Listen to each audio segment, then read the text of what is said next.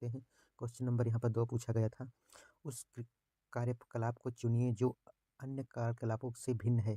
चाय बनाना, तैरना, कंघी करना, आटा गूँथना। तो यहाँ पर आपको बताना है चारों ऑप्शन में से कौन-सा भिन्न है। तो यहाँ पर ये जो है कंघी करना ये है, यहाँ पर भिन्न है क्योंकि तीनों जो है यहाँ पर चाय बनाना पानी का प्रयोग हो रहा है, तैरना जो है पानी का उपयोग होगा, यहाँ पर आटा गूँथना भी पानी का, लेकिन कंघी करना ये सादा है तो यहाँ पर इसलिए कंघी करना ये भिन्न है। चलिए नेक्स्ट बात करते हैं। क्वेश्चन नंबर यहाँ पर 3 देखिए, इधर प्रश्न दिया है, इधर आपका विकल्प दिया है, आपको इसमें से बताना है कौन-सा सही होगा।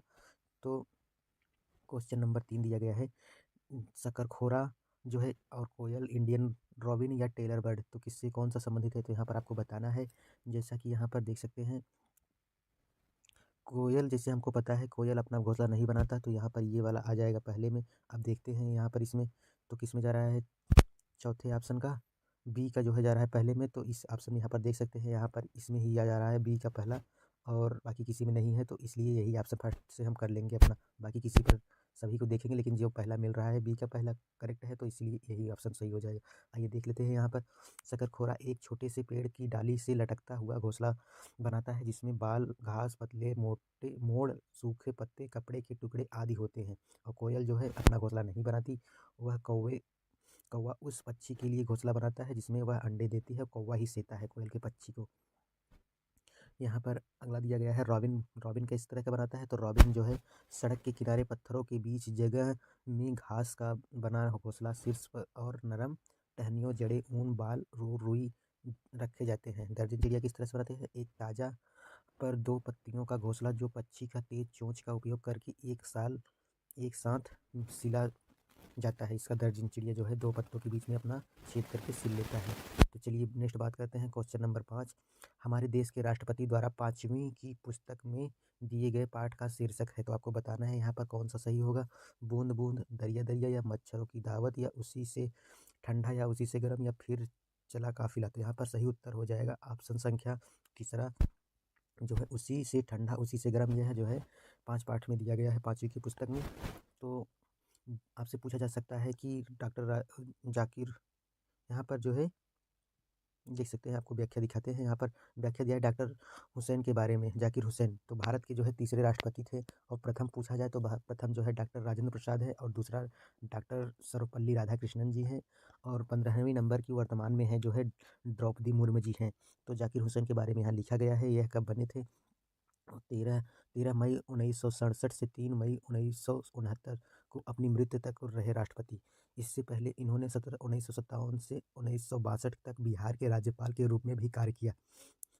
उन्होंने 1962 से 1967 तक भारत के राष्ट्रपति के रूप में कार्य किया। इनका जन्म 8 फरवरी 1897 को हैदराबाद में हुआ था। जिस कहानी का उल्लेख किया गया है उसमें डॉक्टर हुसैन ने वर्णन किया है कि कैसे वस्तुओं को गर्म करने और ठंडा करने के लिए उड़ाने का उपयोग किया जाता है। तो ये रहा, यहाँ पर देख सकते हैं उसी से ठंडा और उसी से गर्म की बात कही है। तो चलिए बात करते हैं यहाँ पर। भारत के प्रधानमंत्री वर्तमान में डॉक्टर नरेंद्र दामोदर दास जी हैं, और भारत के मुख्य न्यायाधीश कौन हैं? तो धनंजय वाई चंद्रचूड़ हैं। और भारत के उपराष्ट्रपति कौन है? तो जगदीश धनखड़ जी हैं। और भारत के वर्तमान राष्ट्रपति कौन है? तो द्रौपदी मुर्मू हैं, ये 15वें नंबर की हैं, और एक वनवासी हैं, ये भी जानते रहिए आप। चलिए नेक्स्ट क्वेश्चन बात करते हैं। यहाँ पर सवाल से दिया गया है, आपको बताना है क्वेश्चन नंबर 6 का। एक कार एक कार जो है 1512 किलोमीटर की दूरी को 28 घंटे में तय करती है। इस कार की औसत चाल पूछा है, कितना करता है? तो जैसा कि आप जानते हैं कुल दूरी कितना दिया है, कुल दूरी दिया है 1512 किलोमीटर, 1512, और समय कुल कितना दिया है? तो दूरी बटा समय होता है ये total distance upon total time. तो दूरी बटा समय 28 घंटा दिया है। तो यहाँ पर इसको कटाएंगे तो किससे कट जाएगा? 28 पंजे 200, 28 पंजे 140। तो यहाँ पर कितना बार गया? 5 बार में कटा, और यहाँ पर बचा कितना? 11। तो 100 कितना हो गया? 112 हो गया। यहाँ पर 112 में अगर 28 का भाग देंगे तो कितना आ जाएगा? तो यहाँ पर 28 चौका 112, तो यहाँ पर आ जाएगा 54, 54 आ जाएगा। तो अब यहाँ पर 54 किलोमीटर प्रति घंटा हो गया। 54 किलोमीटर। अब यहाँ पर पूछा है किसमें? इसमें पूछा है, तो यहाँ पर 54 मीटर प्रति सेकंड। तो आपको यहाँ पर 18 से भाग दे देना है, 5/18 से। तो जब 54 कर देंगे, 54 54 गुणे 5/18 से जब भाग देंगे तो 18 तिरिक 54 3 और 3 गुणे 5 करेंगे तो बराबर 15 मीटर प्रति सेकंड हो जाएगा। 15 मीटर प्रति सेकंड, तो ये जो हो जाएगा ऑप्शन संख्या दूसरा बन जाएगा। इस तरह से यहाँ पर दूसरा ऑप्शन सही हो जाएगा। चलिए नेक्स्ट क्वेश्चन बात करते हैं। क्वेश्चन नंबर यहाँ पर 7 दिया गया है। हमारे देश के एक राज्य में प्रेक्षण करने पर यह पाया गया कि वहाँ के ग्रामीण क्षेत्रों के अधिकांश मकान मजबूत बांस के खंभों पर बने हैं। उनके लकड़ी के फर्श जमीन से लगभग 3 से 3.5 मीटर की ऊंचाई पर बने हैं। मकानों की दीवारों भी लकड़ी की बनी हैं। यहाँ भारी वर्षा होने के कारण मकानों की छतें सामान्यतः ढालू है। यहाँ कौन सा राज्य हो सकता है? यह कौन सा राज्य हो सकता है आपको बताना है। क्यों बिहार होगा या असम होगा या गुजरात होगा या उत्तराखंड होगा। तो जो है हमारे यहाँ पर इसका ऑप्शन दूसरा सही हो जाएगा। 3.5 फीट या 3 फीट के ऊपर बांस के बनाए जाते हैं। ये असम में होता है क्योंकि वहाँ असम में अधिक बारिश होती है। तो चलिए नेक्स्ट क्वेश्चन बात करते हैं। क्वेश्चन नंबर 8 दिया गया है। निम्नलिखित में से तीन राज्यों के उस समूह को चुनिए जिनके समुद्र तट बंगाल की खाड़ी से लगती है। तो बंगाल की खाड़ी से किस राज्य का लगता है आपको इसमें यहाँ से बताना है। जो है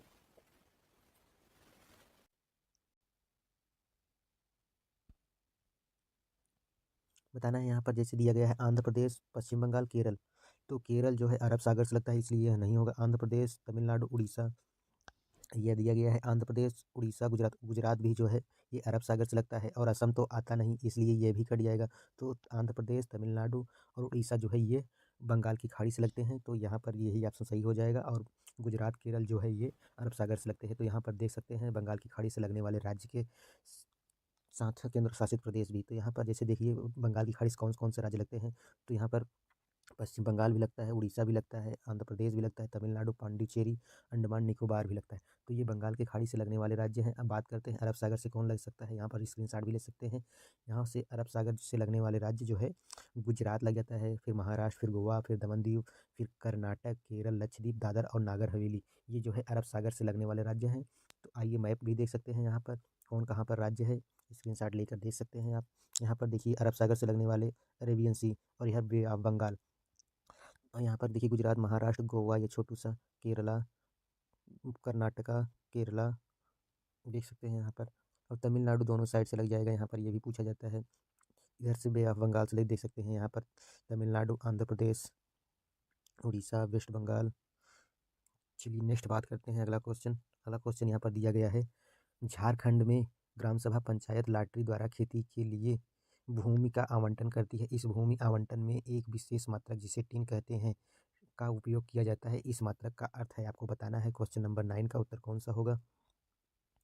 तो यहाँ पर दिया गया है वह भूमि जिससे किसान एक टिन बीज प्राप्त कर सकता है, या वह भूमि जिस पर कोई किसान एक टिन बीज बोता है, या वह भूमि जिसकी बीमारी लंबाई गुणे चौड़ाई यानी 50 मीटर गुणे 50 मीटर होती है, यह वह भूमि जो लगभग 1 हेक्टेयर से 100 मीटर गुणे 100 मीटर की तुल्य होती है।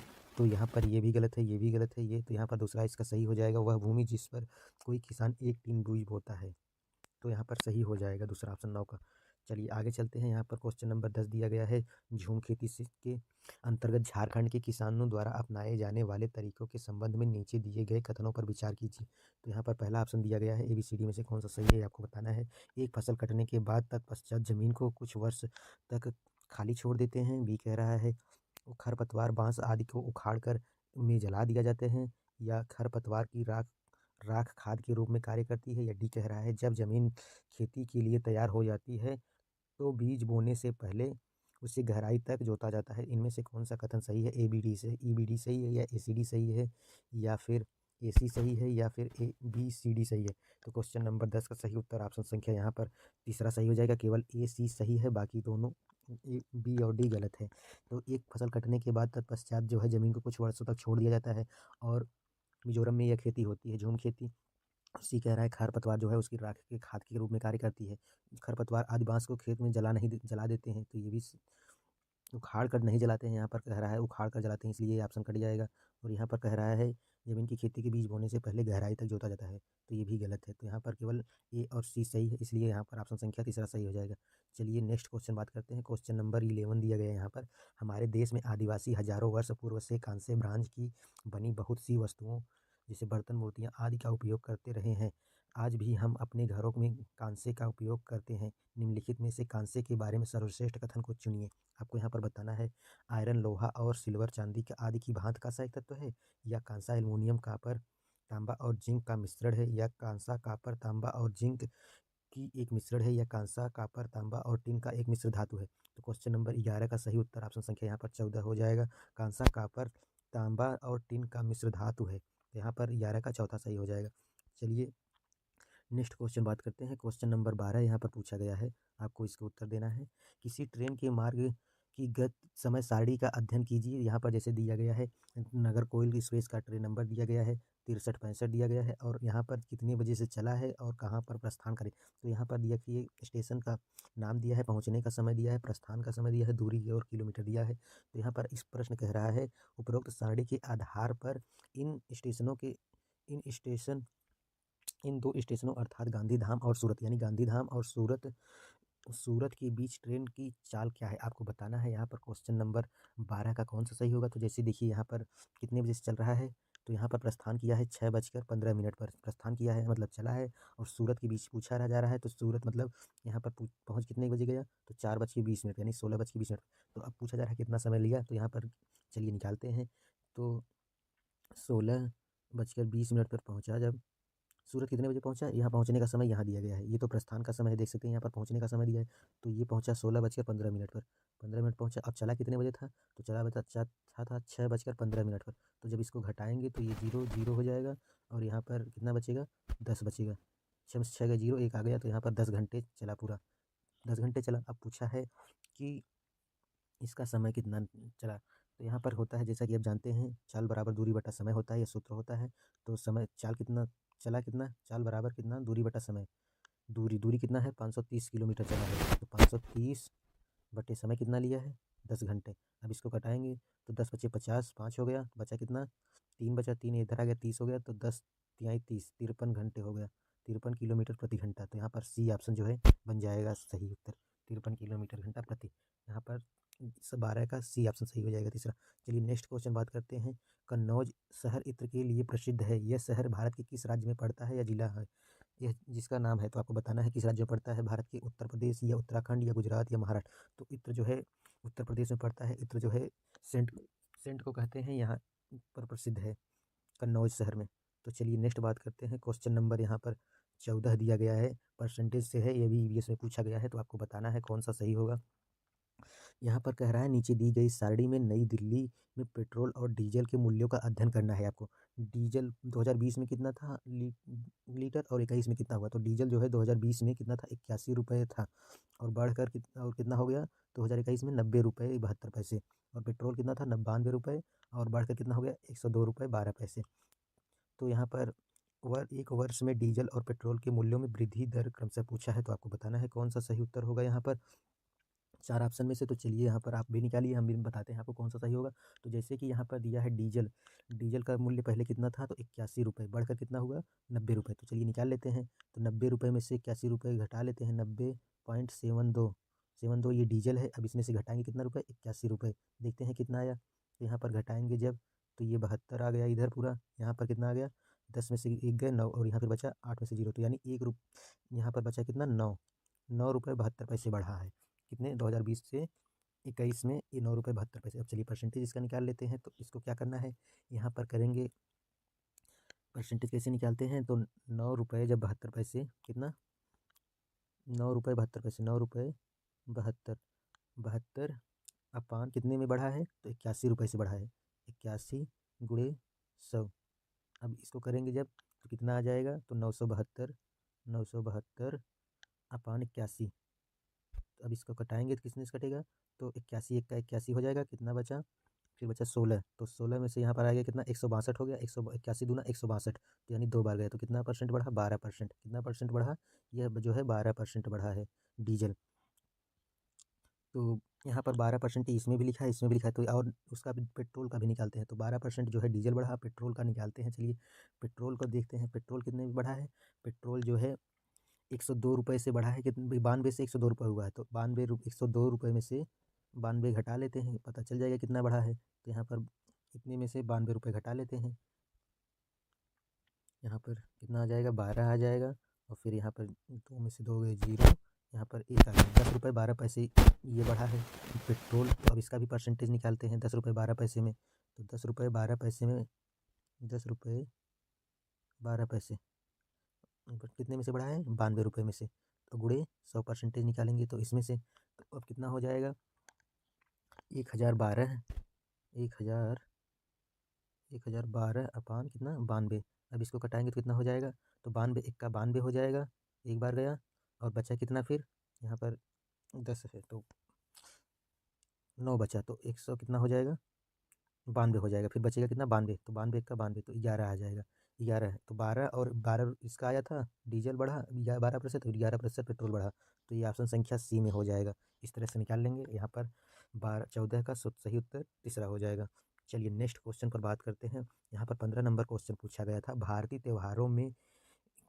त्योहारों का एक समूह जो पूर्णिमा के दिन मनाया जाता है, तो पूर्णिमा के दिन कौन सा त्यौहार मनाया जाता है ये आपको बताना है क्वेश्चन नंबर 15 का। तो यहाँ पर सही उत्तर हो जाएगा ऑप्शन संख्या तीसरा, दिवाली, होली और रक्षाबंधन नहीं मनाया जाता है। और यहाँ पर तीसरा हो जाएगा होली, रक्षाबंधन, गुरु नानक जन्मदिन, ये जो है दिवाली पूर्णिमा के दिन मनाया जाता है, बाकी दीपावली जो है अमावस्या के दिन मनाया जाता है। तो यहाँ पर चलिए हम इसके बारे में बात कर लेते हैं। पूर्णिमा के दिन जो त्यौहार मनाया जाता है, तो पूर्णिमा के दिन क्या क्या पड़ता है यहाँ पर देख सकते हैं। होली पड़ता है, बुद्ध पूर्णिमा पड़ता है, गुरु पूर्णिमा पड़ता है, रक्षाबंधन और गुरु नानक जयंती आदि ये सब पूर्णिमा को पड़ते हैं। और यहाँ पर त्यौहार जैसे होली कब पड़ता है, होली, रक्षाबंधन, गुरु नानक जयंती ये पूर्णिमा को पड़ता है, दिवाली, जन्माष्टमी और शिवरात्रि यह अमावस्या के दिन पड़ता है, ये भी पूछा जा सकता है। तो ये याद रखिए, हमेशा जो है पूर्णिमा वाले दिन पूछा जाता है, तो ये भी याद रखिए। जो है अमावस्या को क्या पड़ता है, तो अमावस्या को दिवाली, जन्माष्टमी और शिवरात्रि। और मुस्लिम त्यौहार चंद्रमा पर निर्भर करता है कि कब क्या होगा, तो चंद्रमा उस हिसाब से अपना मुस्लिम त्यौहार मनाते हैं। चलिए नेक्स्ट क्वेश्चन बात करते हैं। क्वेश्चन नंबर 16 दिया गया है, प्राथमिक स्तर पर ईवीएस की पाठ्यपुस्तकों की रचना ध्यानपूर्वक की जाती है जिससे विद्यार्थियों में शिक्षण अधिगम के दौरान गलत अवधारणा न बन पाए। आपके अनुसार पाठ्यपुस्तकों की कौन सी विशेषता या विशेषताएं इसके लिए सबसे उपयुक्त हैं? आपको बताना है यहाँ पर चारों ऑप्शन में से। तो 16 नंबर का पहला ऑप्शन विकल्प कह रहा है कि प्रत्ययों का विस्तार किया जाता है जिससे स्पष्टीकरण हो सके तथा गलत प्रत्यय न बन सके। दूसरा ऑप्शन कह रहा है महत्वपूर्ण प्रत्ययों और परिभाषाएं पाठ्य पुस्तकों में दी जाती हैं, ऐसे प्रत्यय जो कम आयु के लिए विद्यार्थियों को समझ न आए उन्हें परिचयात्मक स्तर पर दिया जाता है या उपर्युक्त सभी। तो यहाँ पर 16 नंबर का सही उत्तर ऑप्शन संख्या पहला ही हो जाएगा, प्रत्ययों का विस्तार किया जाता है जिससे स्पष्टीकरण हो सके तथा गलत प्रत्यय न बन सके। तो सही उत्तर 16 का पहला हो जाएगा। यहाँ पर लेकिन देख लीजिए, यहाँ पर सीटेट ने माना था तीसरा, और यहाँ पर क्या पूछा जा रहा है आइए देख लेते हैं। यहाँ पर कह रहा है पाठ्यपुस्तक की विशेषताएं, यहाँ पर जान लीजिए इसकी। आयु पुस्तक विषय वस्तु, एक अच्छी पाठ्यपुस्तक में बच्चों की आयु और रुचि के अनुसार विषय वस्तु होनी चाहिए। दृश्य और इसमें अधिक अधिक दृश्य और कम पाठ होना चाहिए जो बच्चों की अवधारणाओं में रुचि प्रदान प्राप्त करने में मदद करते हैं। सीटेट ने दिया था तीसरा ऑप्शन यहाँ पर आधिकारिक कुंजी के अनुसार तीसरा दिया था, हालांकि हमारी सर्वोच्चतम अनुसार यहाँ पर जिन प्रत्ययों को समझ नहीं पाया है, यहाँ पर ये कह रहा है देख लीजिए, प्राथमिक स्तर पर ईवीएस की पाठ्यपुस्तकों की रचना अधिक ध्यानपूर्वक की जाती है जिससे विद्यार्थियों में शिक्षण अधिगम के दौरान गलत अवधारणा न बना पाए जिसके अनुसार पाठ्यपुस्तकों की कौन सी विशेषता या विशेषताएं इसके लिए उपयुक्त है। तो यहाँ पर तीसरा कह रहा है देख लीजिए आप लोग भी, ऐसे प्रत्यय जो कम आयु के बच्चों को समझ ना आए। जब बच्चों को समझ ना आए तो उसका क्या मतलब है, इसलिए ये यहाँ पर इसके माध्यम से नहीं, लेकिन आयोग ने यह माना है, आप लोग जानते रहिए।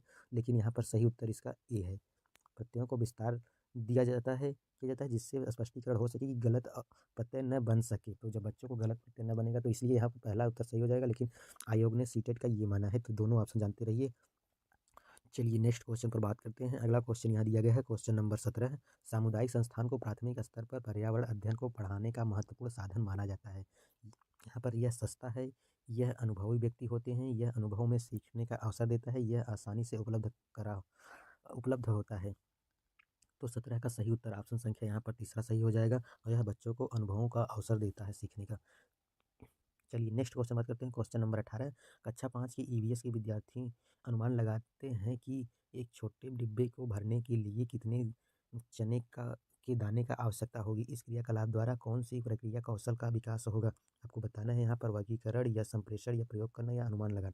तो यहाँ पर सही उत्तर 18 का हो जाएगा, ऑप्शन संख्या चौथा अनुमान लगाना जो हो जाएगा सही उत्तर।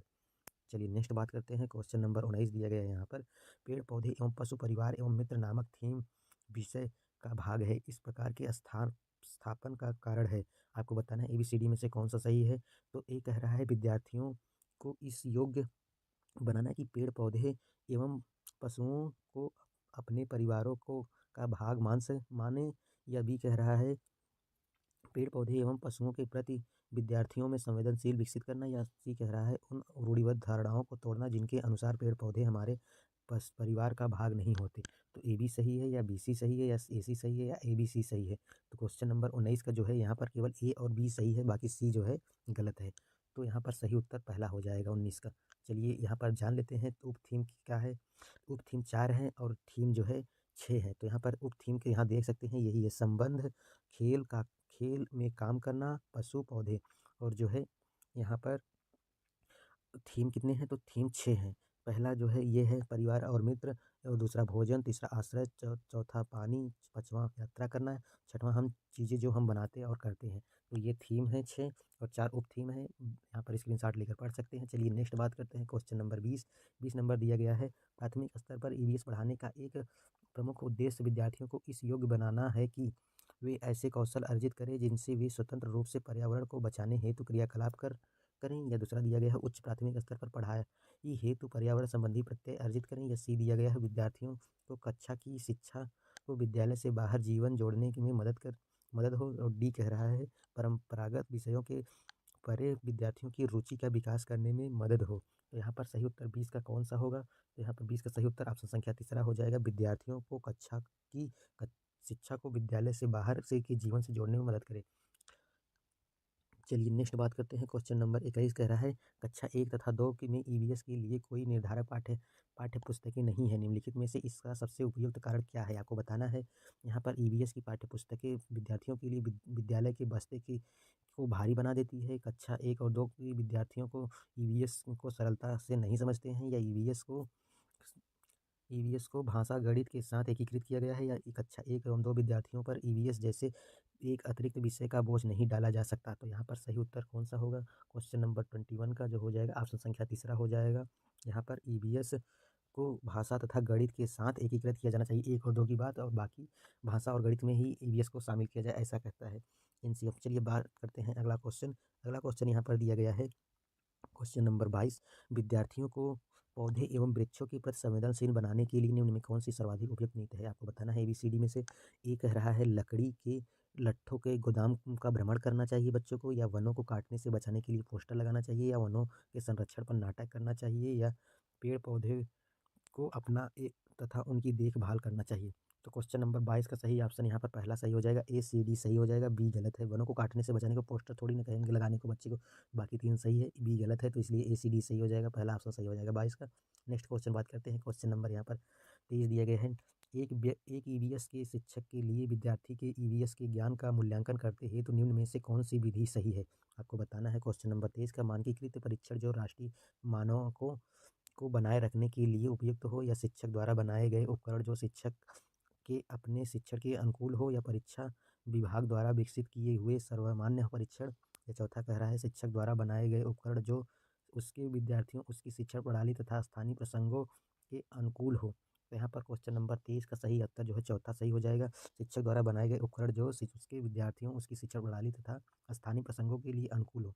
तो यहाँ पर क्वेश्चन नंबर 23 का चौथा सही हो जाएगा। नेक्स्ट बात करते हैं क्वेश्चन नंबर 24 दिया गया है आदर्श रूप से निम्न में से कौन सा विकल्प विद्यार्थियों द्वारा किए गए क्रियाकलापों के पश्चात उनके अध्ययन को दृढ़ करने के लिए होना चाहिए, आपको बताना है कौन सा सही होगा। यहाँ पर पहला कह रहा है घर पर किए गए क्रियाकलाप, या शिक्षक द्वारा क्रियाकलापों का स्पष्टीकरण, या कक्षा में चर्चा आपसी विचार विमर्श, या ईवीएस में कापी में विवरण बनाए रखना। तो यहाँ पर 24 का सही उत्तर ऑप्शन संख्या तीसरा सही हो जाएगा, कक्षा में चर्चा करना और आपसी विचार विमर्श करना, ये सबसे अच्छा माना जाता है। क्वेश्चन नंबर चलिए नेक्स्ट 25 नंबर यहाँ दिया गया निम्न में से इसका उपयोग ईवीएस के शिक्षकों द्वारा अपने विद्यार्थियों के प्रमाणिक अध्ययन की क्षमता का आकलन करने के लिए होगा। तो आपको बताना है त्रैमासिक परीक्षण, या दत्तकार की नोटबुक, या पोर्टफोलियो, या कक्षा का व्यवहार। तो क्वेश्चन नंबर 25 का सही उत्तर पोर्टफोलियो हो जाएगा। यहाँ पर शिक्षकों द्वारा जो है अभिलेख तैयार करना बच्चों का पोर्टफोलियो में होता है, तो यहाँ पर सही उत्तर तीसरा हो जाएगा।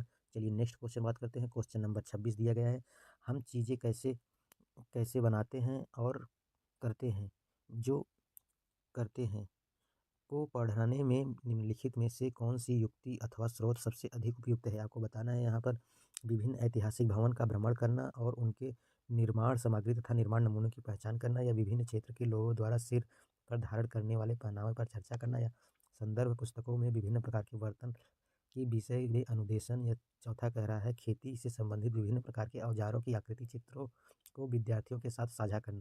तो क्वेश्चन नंबर 26 का सही उत्तर ऑप्शन संख्या यहाँ पर पहला ही हो जाएगा, विभिन्न ऐतिहासिक भवन का भ्रमण करना और उनके निर्माण सामग्री तथा निर्माण नमूनों का पहचान करना। बच्चे को है भ्रमण के माध्यम से ही अवगत कराना चाहिए, इसलिए यहाँ पर भ्रमण बेस्ट ऑप्शन है, तो पहला ऑप्शन सही हो जाएगा 26 का। चलिए नेक्स्ट बात करते हैं। क्वेश्चन नंबर 27 दिया गया है, तीसरी कक्षा के विद्यार्थी अपने परिवार के सदस्यों के विषय में सीखते हुए चौथी कक्षा में परिवार वृक्ष की ओर बढ़ते हैं तथा पांचवी कक्षा में परिवार परस्पर क्रिया के विचार तरफ बढ़ते हैं। इस विषय थीम में पाठ्यचर्या उपागम डैश है, आपको बताना है कौन सा सही यहाँ पर कह रहा है। अमूर्त से मूर्त होगा या वैश्विक से स्थानीय होगा या वैश्विक स्थानीय से वैश्विक होगा या सामान्य से विशिष्ट होगा। तो क्वेश्चन नंबर 27 का सही उत्तर ऑप्शन संख्या यहाँ पर जो है तीसरा सही हो जाएगा, स्थानिक से वैश्विक। मूर्त से अमूर्त होता है, ना कि अमूर्त से वैश्विक। स्थानीय से यहाँ पर वैश्विक हो जाएगा। चलिए नेक्स्ट बात करते हैं। क्वेश्चन नंबर 28 कह रहा है यहाँ पर निम्नलिखित में कौन सा तत्व एक अध्यापक को पर्यावरण अध्ययन के पाठ्य योजना में बनाए रखने के लिए विचार करना चाहिए, आपको बताना है। ए कह रहा है अनुदेशन विशिष्ट उद्देश्य, बी कह रहा है छात्रों की पर्यावरण सजगता, या सी कह रहा है प्रमुख अवधारणाएं और प्रियता कौशल, या डी कह रहा है सामान्य उद्देश्य। तो यहाँ पर सही उत्तर कौन सा ये बताना है। तो यहाँ पर ए भी सही, अनुदेशन और विशिष्ट उद्देश्य पर छात्रों को पर्यावरण सजगता, ये जो है गलत है, यहाँ पर ये गलत हो जाएगा, बाकी ए सी डी सही हो जाएगा। तो यहाँ पर चौथा ऑप्शन सही हो जाएगा। चलिए नेक्स्ट बात करते हैं। क्वेश्चन नंबर 29 दिया गया है, दृष्टिबाधित विद्यार्थियों के लिए निम्नलिखित में से कौन सी युक्ति पर्यावरण अध्यापन के लिए सबसे उपयुक्त उचित है, आपको बताना है। ABCD में से ए कह रहा है श्रवण पाठ्यपुस्तक तैयार की जाए, या बी कह रहा है विषय वस्तु का उपयोग स्पर्श वस्तुओं या बड़े अक्षरों में किया जाए, या सी कह रहा है अवधारणाओं की सरल चित्रों तथा अमूर्त ठोस वस्तुओं द्वारा व्याख्या की जाए, या डी कह रहा है जहाँ तक संभव हो पाठ्यपुस्तक को अधिक से अधिक मूर्त निश्चित बनाए। तो दृष्टिबाधित के लिए बात किया जा रहा है, तो यहाँ पर सी गलत है। बच्चों को मूर्त ठोस अवस्थाओं में व्याख्या करना जो है ये गलत माना जाता है, तो इसलिए ये तीसरा ऑप्शन गलत हो जाएगा। तो A B D सही हो जाएगा, यहाँ पर चौथा ऑप्शन में बन जाएगा। चलिए नेक्स्ट बात करते हैं। क्वेश्चन नंबर 30 कह रहा है, सलीम प्राथमिक कक्षाओं के विद्यार्थियों को विषय जल को पढ़ाने के लिए क्षेत्र भ्रमण करना चाहता है, इनमें से कौन सी जगह उचित रहेगी, आपको बताना है। क्षेत्र भ्रमण के लिए जल संचय यंत्र, या जोहड़, या बावड़ी, या खेजड़ी। तो यहाँ पर सही उत्तर A B और सी सही है, खेजड़ी की वृक्ष है, यहाँ पर ये गलत हो जाएगा, तो यहाँ पर चौथा ऑप्शन सही हो जाएगा। तो आज का ये 30 क्वेश्चन रहा, कैसा लगा कमेंट करके जरूर बताइएगा। वीडियो अच्छा लगा हो तो दोस्तों अपने दोस्तों को भी शेयर करिए, और चैनल पर सब्सक्राइब नहीं किए तो प्लीज़ कर लीजिए, अच्छा लगा हो तो लाइक कर दीजिए। मिलते हैं किसी नेक्स्ट वीडियो में, तब तक के लिए धन्यवाद।